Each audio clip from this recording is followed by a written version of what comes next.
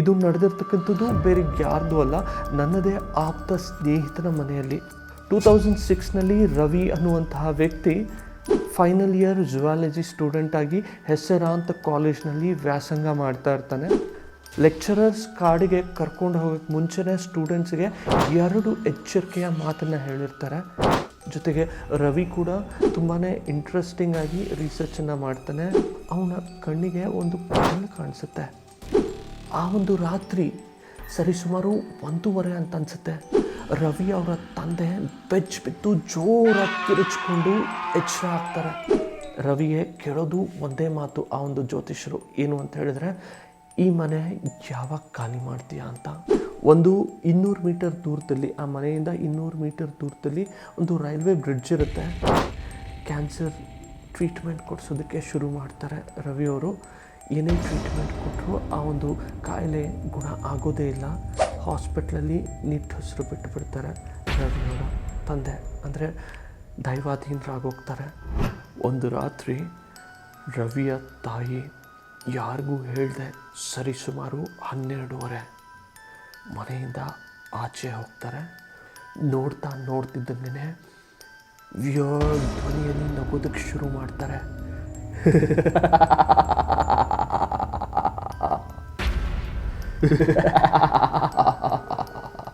ತನ್ನ ತಾಯಿ ವಿಯರ್ಡ್ ಆಗಿ ಬಿಹೇವ್ ಮಾಡ್ತಾ ಇರ್ತಾರೆ, ಜೋರಾಗಿ ನಗ್ತಾ ಇರ್ತಾರೆ. ರವಿಗೊಂಥರ ಎಂಬ್ಯಾರಸ್ಮೆಂಟ್ ಫೀಲ್ ಆಗುತ್ತೆ ಊರಿನ ಜನದ ಮುಂದೆ. ಹಾಗೆ ನಿನ್ನ ತಾಯಿ ಸ್ವರ್ಗದಲ್ಲಿ ಆರಾಮಾಗಿದ್ದಾರೆ, ನೀನು ತಲೆ ಕೆಡಿಸ್ಕೋಬೇಡ ಅಂಥೇಳಿ ಅಲ್ಲಿಂದ ಕಳಿಸ್ಕೊಡ್ತಾರೆ ರವಿಗೆ. ಎಲ್ರಿಗೂ ನಮಸ್ಕಾರ. ನೀವು ನೋಡ್ತಾ ಇದ್ದೀರಾ ಸಿಗ್ನೇಚರ್ ಸ್ಟುಡಿಯೋ. ನಾನು ಪ್ರಶಾಂತ್. ಸ್ನೇಹಿತರೆ, ಇವತ್ತಿನ ಎಪಿಸೋಡ್ನಲ್ಲಿ ನಾನು ಹೇಳಿಕೊಡ್ತಿರುವಂತಹ ಸ್ಟೋರಿ ಏನಿದೆ ಅದು ಭಯಾನಕ ನೈಜ ಘಟನೆ ಆಗಿರುತ್ತೆ. ಇದು ನಡೆದಿರ್ತಕ್ಕಂಥದ್ದು ಬೇರೆ ಯಾರ್ದು ಅಲ್ಲ, ನನ್ನದೇ ಆಪ್ತ ಸ್ನೇಹಿತನ ಮನೆಯಲ್ಲಿ. 2006ನಲ್ಲಿ ಈ ಒಂದು ಭಯಾನಕ ಇನ್ಸಿಡೆಂಟ್ ಆ ಒಂದು ಫ್ಯಾಮಿಲಿಗೆ ನಡೆದಿರುತ್ತೆ. 2006ನಲ್ಲಿ ರವಿ ಅನ್ನುವಂತಹ ವ್ಯಕ್ತಿ ಫೈನಲ್ ಇಯರ್ ಜುವಾಲಜಿ ಸ್ಟೂಡೆಂಟ್ ಆಗಿ ಹೆಸರಾಂತ ಕಾಲೇಜ್ನಲ್ಲಿ ವ್ಯಾಸಂಗ ಮಾಡ್ತಾ ಇರ್ತಾನೆ. ಜುವಾಲಜಿ ಸ್ಟೂಡೆಂಟ್ಸ್ಗೆ ಫೈನಲ್ ಇಯರಲ್ಲಿ ಒಂದು ವಿಹಾರವನ್ನು ಆರ್ಗನೈಸ್ ಮಾಡ್ತಾರೆ ಕಾಲೇಜ್ನಿಂದ. ಒಂದಷ್ಟು ಆ್ಯನಿಮಲ್ ರಿಸರ್ಚ್ ಮಾಡೋದಕ್ಕೆ ಕಾಡಿಗೆ ಕರ್ಕೊಂಡು ಹೋಗ್ತಾರೆ. ಸೊ ಅಂಥದ್ದೇ ಟೈಮ್ನಲ್ಲಿ ರವಿಗೂ ಕೂಡ ಬಂಡೀಪುರ್, ಕರ್ನಾಟಕದ ಬಂಡೀಪುರ್ ಫಾರೆಸ್ಟ್ಗೆ ವಿಹಾರವನ್ನು ಆಯೋಜನೆ ಮಾಡಿರ್ತಾರೆ. ಲೆಕ್ಚರರ್ಸ್ ಕಾಡಿಗೆ ಕರ್ಕೊಂಡು ಹೋಗೋಕ್ಕೆ ಮುಂಚೆನೇ ಸ್ಟೂಡೆಂಟ್ಸ್ಗೆ 2 ಎಚ್ಚರಿಕೆಯ ಮಾತನ್ನು ಹೇಳಿರ್ತಾರೆ. ಒಂದು, ಪ್ರಕೃತಿಯ ಜೊತೆ ತಮಾಷೆ ಮಾಡೋದಾಗಲಿ ಆಟ ಆಡೋದಾಗಲಿ ಮಾಡೋಕ್ಕೆ ಹೋಗಬೇಡಿ. ಮತ್ತೊಂದು, ಕಾಡಿನಲ್ಲಿ ಸಿಗುವಂತಹ ಯಾವುದೇ ಪದಾರ್ಥಗಳನ್ನ ನೋಡಬೇಕು, ಆನಂದ ಪಡಬೇಕು, ಅದನ್ನು ತಗೊಂಡು ಮನೆಗೆ ಹೋಗುವಂಥ ಕೆಲಸ ಮಾಡಬೇಡಿ ಅಂತ ತುಂಬ ಸ್ಟ್ರಿಕ್ಟಾಗೇ ಹೇಳಿರ್ತಾರೆ ಲೆಕ್ಚರರ್ಸ್. ಆದರೆ ಎಲ್ಲರೂ ಒಪ್ಕೊಂಡ್ರು ಕೂಡ ರವಿ ಇದನ್ನು ಕಂಪ್ಲೀಟಾಗಿ ಇಗ್ನೋರ್ ಮಾಡಿಬಿಡ್ತಾನೆ. ಕಾರಣ ಇಷ್ಟೇ, ರವಿ ಲಾಜಿಕ್ ಮೇಲೆ ಬದುಕುವಂತಹ ಒಂದು ವ್ಯಕ್ತಿಯಾಗಿರ್ತಾನೆ. ಅವನ ವ್ಯಕ್ತಿತ್ವನೇ ಆಗಿರುತ್ತೆ. ಆ ಒಂದು ಹೆಸರಾಂತ ಕಾಲೇಜ್ ಹೇಳಿದಾಗೇ ಕರ್ನಾಟಕದ ಬಂಡೀಪುರ್ ಫಾರೆಸ್ಟ್ಗೆ ಪ್ಲ್ಯಾನ್ ಮಾಡ್ತಾರೆ, ಅಂದರೆ ವಿಹಾರಕ್ಕೆ ಪ್ಲ್ಯಾನ್ ಮಾಡ್ತಾರೆ. ಪ್ಲ್ಯಾನ್ ಮಾಡಿದ ಹಾಗೆ ಸ್ಟೂಡೆಂಟ್ಸ್ನೆಲ್ಲ ಕರ್ಕೊಂಡು ಕೂಡ ಹೊರಟು ಬಿಡ್ತಾರೆ. ಜರ್ನಿ ತುಂಬ ಹ್ಯಾಪಿಯಾಗಿರುತ್ತೆ, ತುಂಬ ಖುಷಿಯಾಗಿ ಜರ್ನಿ ಮಾಡ್ತಾರೆ. ಬಂಡೀಪುರ್ ಫಾರೆಸ್ಟ್ ಕೂಡ ತಲುಪ್ತಾರೆ ಆ ಒಂದು ಕಾಲೇಜ್ನ ವಿದ್ಯಾರ್ಥಿಗಳು. ಹಾಗೆ ಒಂದಷ್ಟು ರಿಸರ್ಚನ್ನ ಮಾಡೋದಕ್ಕೆ ಶುರು ಮಾಡ್ತಾರೆ ಆ ಒಂದು ಕಾಲೇಜ್ನ ವಿದ್ಯಾರ್ಥಿಗಳು. ಜೊತೆಗೆ ರವಿ ಕೂಡ ತುಂಬಾ ಇಂಟ್ರೆಸ್ಟಿಂಗ್ ಆಗಿ ರಿಸರ್ಚನ್ನು ಮಾಡ್ತಾನೆ. ಜೊತೆಗೆ ರಿಸರ್ಚ್ ಮಾಡ್ತಾ ಒಬ್ಬನೇ ಆ ಕಾಡಿನಲ್ಲಿ ನಡೆಯೋದಕ್ಕೆ ಶುರು ಮಾಡ್ತಾನೆ. ಅಲ್ಲಿರುವಂಥ ಫಾಲ್ಸ್ ಆಗಿರ್ಬೋದು, ಗ್ರೀನರಿ, ನೇಚರನ್ನು ಎಂಜಾಯ್ ಮಾಡ್ತಾ ಇರ್ತಾನೆ ರವಿ. ನೋಡ್ತಾ ಇದ್ದಕ್ಕಿದ್ದಂಗೆ ರವಿ ನಡ್ಕೊಂಡು ಹೋಗಬೇಕಾದ್ರೆ ಅವನ ಕಣ್ಣಿಗೆ ಒಂದು ಕಲ್ಲು ಕಾಣಿಸುತ್ತೆ. ತುಂಬಾ ಡಿಫ್ರೆಂಟ್ ಅನಿಸುತ್ತೆ ರವಿಗೆ ಆ ಒಂದು ಕಲ್ಲು. ಯಾಕಂತ ಹೇಳಿದ್ರೆ ಏನ್ಷಿಯಂಟ್ ಕರ್ವಿಂಗ್ ಇದ್ದಂತಹ, ಏನ್ಷಿಯಂಟ್ ಮಾನ್ಯುಮೆಂಟ್ ರೀತಿ ಕಾಣುವಂತಹ ಕಲ್ಲಾಗಿರುತ್ತೆ ಅದು. ತುಂಬಾ ಅಟ್ರಾಕ್ಟಿವ್ ಅನಿಸುತ್ತೆ ರವಿಗೆ. ಅಟ್ರಾಕ್ಟ್ ಆಗೋಗ್ತಾನೆ. ಇನ್ನು ಯಾರಿಗಾದ್ರೂ ಹೇಳಿದ್ರೆ, ತೋರಿಸಿದ್ರೆ, ಮೊದಲೇ ಹೇಳಿದಾಗೆ ಇಲ್ಲಿರುವಂಥ ವಸ್ತುಗಳನ್ನ ಯಾರು ತಗೊಂಡು ಹೋಗಬೇಡಿ ಅಂತ ಅಪೋಸ್ ಮಾಡ್ತಾರೆ ಅಂಥೇಳಿ ಯಾರಿಗೂ ತೋರಿಸ್ದೆ ಆ ಒಂದು ಕಲ್ಲನ್ನು ತನ್ನ ಬ್ಯಾಗ್ನಲ್ಲಿ ಇಟ್ಕೊಂಡ್ಬಿಡ್ತಾನೆ. ಹಾಗೆ ಅಲ್ಲಿಂದ ಹೊರಟು ಬಿಡ್ತಾನೆ ರವಿ. ಇನ್ನು ರವಿ ಅವರ ಫ್ಯಾಮಿಲಿ ಬಗ್ಗೆ ಹೇಳಬೇಕು ಅಂತ ಹೇಳಿದ್ರೆ, ಫ್ಯಾಮಿಲಿಯಲ್ಲಿ ತಂದೆ ತಾಯಿ ಇರ್ತಾರೆ. ತಂದೆ ಹೇಳ್ಕೊಳ್ಳೋ ರೀತಿ ದುಡ್ಡನ್ನು ಮಾಡದೆ ಹೋದರೂ ಕೂಡ ತುಂಬಾ ಕಷ್ಟಪಟ್ಟು ದುಡ್ದು ಮಗನಿಗೆ ಏನು ಬೇಕು ಕಂಫರ್ಟ್ಸ್ ಅದನ್ನು ಕೊಟ್ಟಿರ್ತಾರೆ, ಒಳ್ಳೆ ರೀತಿ ಓದಿಸಿರ್ತಾರೆ. ಅವರು ಸೆಕ್ಯೂರಿಟಿ ಸೂಪರ್ವೈಸರ್ ಆಗಿ ಕೆಲಸ ಮಾಡ್ತಾ ಇರ್ತಾರೆ. ಹಾಗೆ ಅವರ ತಾಯಿ ಹೌಸ್ ವೈಫ್ ಆಗಿರ್ತಾರೆ. ತುಂಬಾ ಒಳ್ಳೆಯ ವ್ಯಕ್ತಿತ್ವ ಇರುವಂತಹ ಫ್ಯಾಮಿಲಿ ಆಗಿರುತ್ತೆ ರವಿ ಅವ್ರದ್ದು. ಹಾಗೆ ರವಿ ಕೂಡ ಅಷ್ಟೇ ಇದನ್ನೆಲ್ಲ ಅರ್ಥಕೊಂಡಿರ್ತಾನೆ. ತಂದೆ ತಾಯಿ ತುಂಬ ಕಷ್ಟಪಟ್ಟು ನನಗೆ ಕಂಫರ್ಟ್ಸನ್ನು ಕೊಟ್ಟು ಬೆಳೆಸಿದ್ದಾರೆ. ಆದಷ್ಟು ಬೇಗ ಎಜುಕೇಷನ್ ಮುಗಿಸಿದ ತಕ್ಷಣ ನಾನು ಒಂದು ಕೆಲಸಕ್ಕೆ ಸೇರಿಕೊಂಡು ನನ್ನ ತಂದೆಯ ಜವಾಬ್ದಾರಿಗೆ ಹೆಗಲನ್ನು ಕೊಡಬೇಕು ಅಂತ ಅಂದ್ಕೊಂಡಿರ್ತಾನೆ ರವಿ ಕೂಡ. ಹೀಗಿರಬೇಕಾದ್ರೆ ರವಿ ಆ ಕಾಡಿನಿಂದ ತಂದಿರತಕ್ಕಂತಹ ಆ ಒಂದು ವಿಚಿತ್ರವಾದಂತಹ ಕಲ್ಲು ತಂದ ಕೆಲವೇ ತಿಂಗಳಲ್ಲಿ ರವಿಯವರ ತಂದೆಗೆ ಹಾರ್ಟ್ ಅಟ್ಯಾಕ್ ಆಗುತ್ತೆ. ಅದು 2 ಸತಿ ಸಿವಿಯರ್ ಆಗಿ. ಹೀಗೆ ದಿನಗಳು ಉರುಳುತ್ತೆ. ಆರೋಗ್ಯದಲ್ಲಿ ಏರ್ಪೇರ್ ಆಗ್ತಾನೆ ಇರುತ್ತೆ ಅವರ ತಂದೆಗೆ. ಆ ಒಂದು ರಾತ್ರಿ ಸರಿಸುಮಾರು 1:30 ಅಂತ ಅನಿಸುತ್ತೆ.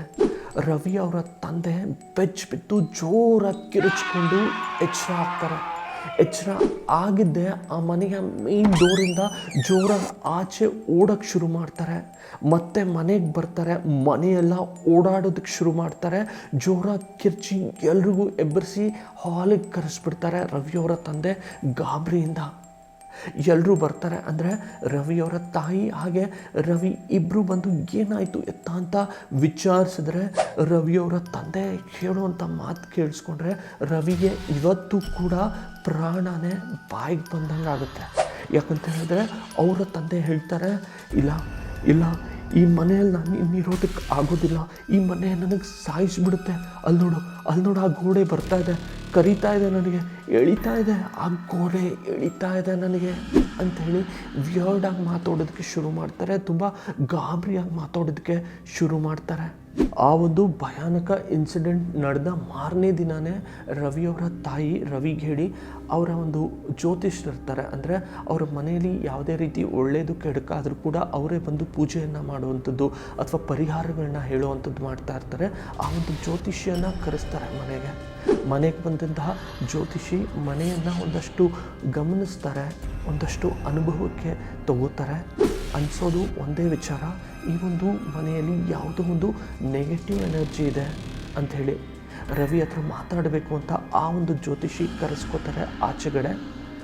ರವಿಗೆ ಕೇಳೋದು ಒಂದೇ ಮಾತು ಆ ಒಂದು ಜ್ಯೋತಿಷರು, ಏನು ಅಂತ ಹೇಳಿದ್ರೆ, ಈ ಮನೆ ಯಾವಾಗ ಖಾಲಿ ಮಾಡ್ತೀಯಾ ಅಂತ. ಆಗ ರವಿಗೆ ಶಾಕ್ ಆಗುತ್ತೆ. ಅಲ್ಲ, ಏನು ಹೇಳ್ತಾ ಇದ್ದೀರಾ, ಯಾಕೆ ಈ ರೀತಿ ಹೇಳ್ತಾ ಇದ್ದೀರಾ ಅಂತ. ಹೌದು ರವಿ, ಇವತ್ತು ನಾನು ಹೇಳಿಕೊಡ್ತಿರುವಂತಹ ವಿಚಾರ ಏನಿದೆ ತುಂಬ ಸೀರಿಯಸ್ ಆದಂತಹ ವಿಚಾರ. ಈ ಒಂದು ಮನೆ ಅಥವಾ ಈ ಮನೆಯಲ್ಲಿರ್ತಕ್ಕಂತಹ ಯಾವುದೋ ಒಂದು ವಸ್ತು ನಿಮ್ಮ ಸಂತೋಷನ ಕಿತ್ಕೊಳ್ಳೋದಕ್ಕೆ ತುದಿಗಾಲಿನಲ್ಲಿ ನಿಂತಿದೆ ಅಂತ ಹೇಳ್ತಾನೆ. ಕೇಳಿದಂತಹ ರವಿಗೆ ಶಾಕ್ ಆಗುತ್ತೆ, ಒಂದಷ್ಟು ಗಾಬರಿ ಆಗುತ್ತೆ. ಆದರೆ ತನ್ನನ್ನು ತಾನೇ ಸಮಾಧಾನ ಮಾಡ್ಕೊತಾನೆ. ಇದೆಲ್ಲ ಆಗುವಂಥ ಕೆಲಸಗಳ ಜೋಯಿಷರು ಏನೋ ಒಂದು ಹೇಳ್ತಿದ್ದಾರೆ. ಎನಿವೇಸ್, ಈ ಒಂದು ಮನೆ ರೆಂಟ್ದಾಗಿರೋದ್ರಿಂದ ಕಾಂಟ್ರಾಕ್ಟ್ ಕೂಡ ಮುಗಿತಾ ಬಂದಿದೆ, ಬೇರೆ ಮನೆ ನೋಡಲೇಬೇಕು, ಆಯಿತು ಅಂತ ಹೇಳಿಬಿಡೋಣ ಅಂಥೇಳಿ ಜೋಯಿಷ್ರ ಹತ್ರ ರವಿ, ಸರಿ ಗುರುಜಿ ನೀವು ಹೇಳ್ದಾಗಲೇ ಮನೆಯನ್ನು ಶಿಫ್ಟ್ ಮಾಡಿಬಿಡ್ತೀನಿ ಆದಷ್ಟು ಬೇಗ ಅಂಥೇಳಿ ಕಳಿಸ್ಬಿಡ್ತಾನೆ ಜೋಯಿಷ್ರಿಗೆ.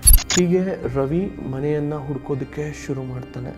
ಒಂದಷ್ಟು ಮನೆ ಕೊಡಿಸೋದಕ್ಕೆ ಬ್ರೋಕರ್ಸಿಗೆ ಹೇಳಿಟ್ಟಿರ್ತಾನೆ.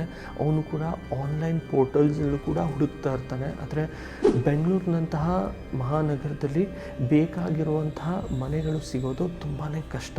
ಇದು ಎಲ್ರಿಗೂ ಗೊತ್ತಿರುವಂಥ ವಿಚಾರ. ಹಾಗೆ ರವಿ ವಿಚಾರದಲ್ಲೂ ಕೂಡ ಸಾಕಷ್ಟು ಮನೆಗಳು ನೋಡಿದ್ರು ಎಲ್ಲೋ ಒಂದು ಕಡೆ ಸ್ಯಾಟಿಸ್ಫೈ ಆಗ್ತಾ ಇರೋದಿಲ್ಲ ರವಿಗೆ. ಇಂಥದ್ದೇ ಟೈಮ್ನಲ್ಲಿ ಮತ್ತೊಂದು ದುರಂತ ನಡೆದು ಬಿಡುತ್ತೆ ರವಿಯವರ ಮನೆಯಲ್ಲಿ. ಅದು 2009 ಆಗಿರುತ್ತೆ. ಅವರ ತಂದೆಗೆ ಇದ್ದಕ್ಕಿದ್ದಂಗೆ ಪ್ಯಾರಾಲಿಸಿಸ್ ಅಟ್ಯಾಕ್ ಆಗೋಗುತ್ತೆ. ರವಿ ಏನು ಮಾಡಬೇಕು ಗೊತ್ತೇ ಆಗೋದಿಲ್ಲ, ಏನು ನಡೀತಿದೆ ಗೊತ್ತೇ ಆಗೋದಿಲ್ಲ. ಮನೆಯಲ್ಲಿ ಬರೀ ಇಂಥ ವಿಚಾರಗಳೇ ತುಂಬ್ಕೊಂಡ್ಬಿಟ್ಟಿರುತ್ತೆ. ಯಾಕಂತ ಹೇಳಿದ್ರೆ ಅವರ ತಂದೆಗೆ 1 ವರ್ಷದ ಮುಂಚೆ ಅಷ್ಟೇ ಸಿವಿಯರ್ ಹಾರ್ಟ್ ಅಟ್ಯಾಕ್ ಆಗಿರುತ್ತೆ 2 ಸತಿ. ಅದಾದಮೇಲೆ ಅಬ್ನಾರ್ಮಲ್ ಬಿಹೇವ್ ಮಾಡೋದಕ್ಕೆ ಶುರು ಮಾಡ್ತಾರೆ. ಅದೆಲ್ಲ ಆದಮೇಲೆ ಇದ್ದಕ್ಕಿದ್ದಂಗೆ ಪ್ಯಾರಾಲಿಸಿಸ್ ಕೂಡ ಆಗೋಗುತ್ತೆ ಅವರ ತಂದೆಗೆ. ಏನು ಮಾಡಬೇಕು ಗೊತ್ತೇ ಆಗೋದಿಲ್ಲ. ತುಂಬ ಟೆನ್ಷನ್ ಆಗುತ್ತೆ. ನೆಮ್ಮದಿಯನ್ನು ಕಳ್ಕೊಂಡ್ಬಿಟ್ಟಿರ್ತಾನೆ ರವಿ. ಎಂದಿನಂತೆ ರವಿ ತನ್ನ ಆಫೀಸ್ ಕೆಲಸ ಮುಗಿಸ್ಕೊಂಡು ಮನೆಗೆ ಬರ್ತಾನೆ. ಮನೆಗೆ ಬರ್ತಿದ್ದಂಗೆ ರವಿ ಸೋಫಾ ಮೇಲೆ ಕೂತ್ಕೊಂಡು ತನ್ನ ತಾಯಿಗೆ ಕರೀತಾನೆ, ಅಮ್ಮ ಒಂಚೂರು ನೀರು ತಗೊಂಬ ಅಮ್ಮ ಅಂತಾನೆ. ಯಾವುದೇ ರೀತಿ ಪ್ರತಿಕ್ರಿಯೆ ಬರೋದೇ ಇಲ್ಲ ಆ ಕಡೆಯಿಂದ. ಯಾಕಂತ ಹೇಳಿದ್ರೆ ರವಿಯ ತಾಯಿ ಅವ್ನು ಬರೋದನ್ನೇ ಕಾಯ್ತಾ ಇರ್ತಾರೆ, ಏನು ಬೇಕು ಬೇಡ ಅನ್ನೋ ನೋಡ್ಕೊತಾ ಇರ್ತಾರೆ ಯಾವಾಗಲೂ. ಆದರೆ ಇವತ್ತು ಕರೆದ್ರೂ ಕೂಡ ಇನ್ನೂ ಬಂದಿಲ್ವಲ್ಲ ಅಂಥೇಳಿ ಸ್ವಲ್ಪ ಜೋರಾಗಿ ಕರೀತಾರೆ, ಅಮ್ಮ ಎಲ್ಲಿದೆಯಾ, ಸ್ವಲ್ಪ ನೀರು ತೊಗೊಂಬ ಬೇಗ ಅಂತ ಹೇಳ್ತಾನೆ. ಬರ್ತಾರೆ ಅವರ ತಾಯಿ, ಒಂದು ಮಗ್ನಲ್ಲಿ ನೀರನ್ನು ಇಟ್ಕೊಂಡು ಬರ್ತಾರೆ. ವಿಯರ್ಡಾಗಿ ನೋಡ್ಕೊಂಡು ಬರ್ತಾರೆ. ಅಬ್ಸರ್ವ್ ಮಾಡೋದಿಲ್ಲ ರವಿ. ಆ ಮಗ್ನಲ್ಲಿದ್ದಂತಹ ನೀರು ಇನ್ನೇನು ರವಿ ಕೈಗೆ ಕೊಡಬೇಕು, ಇದ್ದಕ್ಕಿದ್ದಂಗೆ ಅವನ ಮುಖಕ್ಕೆ ಎರಚಿಬಿಡ್ತಾರೆ ಅವರ ತಾಯಿ. ಸಡನ್ ಶಾಕ್ ಆಗೋಗುತ್ತೆ ರವಿಗೆ. ಇದನ್ನು ಮಾಡಿದ್ದ ನನ್ನ ಅಮ್ಮನೇನಾ, ಇದೇನು ಈ ಥರ ಮಾಡ್ತಿದ್ದಾರಲ್ಲ. ತುಂಬ ಮೃದು ಸ್ವಭಾವದವ್ರು ನನ್ನ ತಾಯಿ, ತುಂಬ ವಿಯರ್ಡಾಗಿ ಬಿಹೇವ್ ಮಾಡ್ತಿದ್ದಾರಲ್ಲ, ಯಾಕಮ್ಮ ಏನಾಯಿತು ಅಂತ ಕೇಳ್ತಾನೆ. ಇದ್ದಕ್ಕಿದ್ದಂಗೆ ತನ್ನ ತಾಯಿನೇ ರವಿಯ ಕಾಲರ್ನ ಇಟ್ಕೊಂಡು ಎಳ್ದಾಡ್ಕೊಂಡು ಬೈಯೋದಕ್ಕೆ ಶುರು ಮಾಡ್ತಾರೆ. ಗೊತ್ತೇ ಆಗೋದಿಲ್ಲ ರವಿಗೆ ಯಾಕೆ ಹಿಂಗೆ ಮಾಡ್ತಿದ್ದಾರೆ ಅಂತ.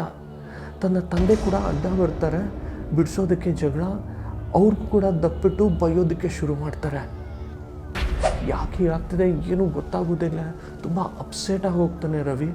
ಒಂದಾದ ಮೇಲೆ ಒಂದು ಸಮಸ್ಯೆಗಳು ನಮ್ಮ ಮನೆಯಲ್ಲಿ ಬರ್ತಾ ಇದೆಯಲ್ಲ, ಏನಾಗ್ತಿದೆ, ಏನು ಮಾಡ್ಬೋದು ಅಂತ ಯೋಚನೆ ಮಾಡ್ತಾನೆ. ತುಂಬ ಬೇಜಾರಿಂದ ತನ್ನ ರೂಮ್ಗೆ ಹೊರಟೋಗ್ತಾನೆ ರವಿ. ಇಂಥದ್ದೇ ಟೈಮ್ನಲ್ಲಿ ರವಿ ಮನೆಯನ್ನು ಶಿಫ್ಟ್ ಮಾಡಬೇಕು ಅಂಥೇಳಿ ಒಂದಷ್ಟು ಬ್ರೋಕರ್ಗಳನ್ನ ಹೇಳಿಟ್ಟಿರ್ತಾನೆ. ಆ ಬ್ರೋಕರ್ಗಳಲ್ಲಿ ಒಬ್ಬರು ಫೋನ್ ಮಾಡಿ, ಸರ್ ನೀವು ಹೇಳಿರುವಂತಹ ರಿಕ್ವೈರ್ಮೆಂಟ್ ಏನೇನಿದೆ ಅದಕ್ಕೆ ಸೂಟಬಲ್ ಆಗುವಂಥ ಒಂದು ಮನೆ ಇದೆ, ನೋಡ್ತೀರಾ ಅಂತ ಹೇಳ್ತಾನೆ. ತುಂಬಾ ಈಗರ ಕಾಯ್ತಾ ಇರ್ತಾನಲ್ಲ ರವಿ, ಹಾಗಾಗಿ ಖಂಡಿತ ಸರ್ ನೋಡ್ತೀನಿ, ಆದಷ್ಟು ಬೇಗ ಕರ್ಕೊಂಡೋಗಿ ತೋರಿಸಿ ಅಂತ ಒಂದು ರೀತಿ ಹೇಳ್ತಾನೆ. ಬ್ರೋಕರ್ ಏನು ಇವನು ಈ ಥರ ಬಿಹೇವ್ ಮಾಡ್ತಿದ್ದಾನೆ, ಅವನಿಗೇನೋ ಮನೆ ತೋರಿಸಿ ಕಮಿಷನ್ ಬಂದರೆ ಆಯಿತು ಅಂಥೇಳಿ, ಹಾಂ ಸರ್ ಇವಾಗಲೇ ಬಂದುಬಿಡ್ತೀರಾ ಅಂತ ಹೇಳ್ತಾನೆ. ಹಾಂ ಈಗಲೇ ಬರ್ತೀನಿ ಅಂತಾನೆ ರವಿ. ಸರ್ ಟೈಮ್ ನೋಡಿ, ಇವಾಗ ರಾತ್ರಿ 12 ಗಂಟೆ ಆಗಿದೆ, ಬೆಳಿಗ್ಗೆ ಬನ್ನಿ ಕರ್ಕೊಂಡೋಗಿ ತೋರಿಸ್ತೀನಿ ಅಂತ ಹೇಳ್ತಾನೆ.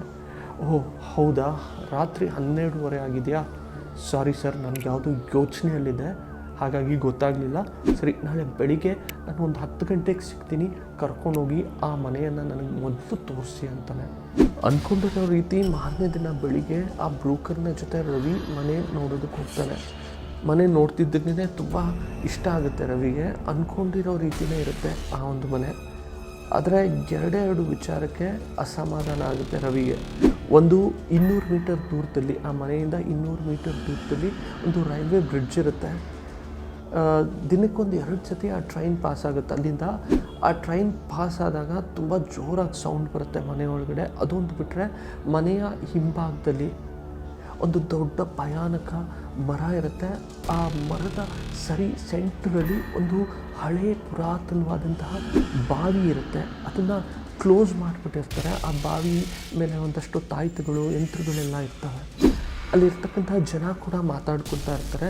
ಆ ಜಾಗದಲ್ಲಿ ಏನಿದೆ ಆ ಬಾವಿ ಒಳಗಡೆ ಒಂದು ದುಷ್ಟ ಶಕ್ತಿಯನ್ನು ಬಂಧಿಸಿ ದಿಗ್ಬಂಧನ ಮಾಡಿದ್ದಾರೆ ಅಂತ. ಆದರೆ ರವಿ ಇದನ್ನೆಲ್ಲ ತಲೆ ಕೆಡಿಸ್ಕೊಳ್ಳೋದಿಲ್ಲ. ಯಾಕಂತ ಹೇಳಿದ್ರೆ ರವಿ ಪ್ರಾಕ್ಟಿಕಲ್ ವ್ಯಕ್ತಿಯಾಗಿರ್ತಾನೆ. ಅವ್ನು ನೋಡಿದ್ದನ್ನು ಮಾತ್ರ ನಂಬುವಂಥ ವ್ಯಕ್ತಿಯಾಗಿರ್ತಾನೆ. ಹಾಗಾಗಿ ತಲೆ ಕೆಡಿಸ್ಕೊಳ್ಳೋದಿಲ್ಲ. ಸರಿ ಹೇಗೋ ಇದನ್ನು ಅಡ್ಜಸ್ಟ್ ಮಾಡಿಕೊಂಡ್ರೆ ಆಯಿತು, ಇದೇ ಮನೆಗೆ ಶಿಫ್ಟ್ ಆಗೋಗ್ಬಿಡೋಣ ಅಂತ ಡಿಸೈಡ್ ಮಾಡ್ತಾನೆ. ಮನೆಗೆ ಹೋಗ್ತಿದ್ದಂಗೆ ತನ್ನ ತಂದೆಗೂ ಹೇಳ್ತಾನೆ, ಒಳ್ಳೆ ಮನೆ ಸಿಕ್ಕಿದೆಯಪ್ಪ, ನಮಗೆ ಕಾಂಟ್ರಾಕ್ಟ್ ಕೂಡ ಮುಗ್ದೋಗ್ತಾ ಇದೆ, ನಾವೆಲ್ಲ ಹೊಸ ಮನೆಗೆ ಶಿಫ್ಟ್ ಆಗಿಬಿಡೋಣ ಆದಷ್ಟು ಬೇಗ ಅಂತ.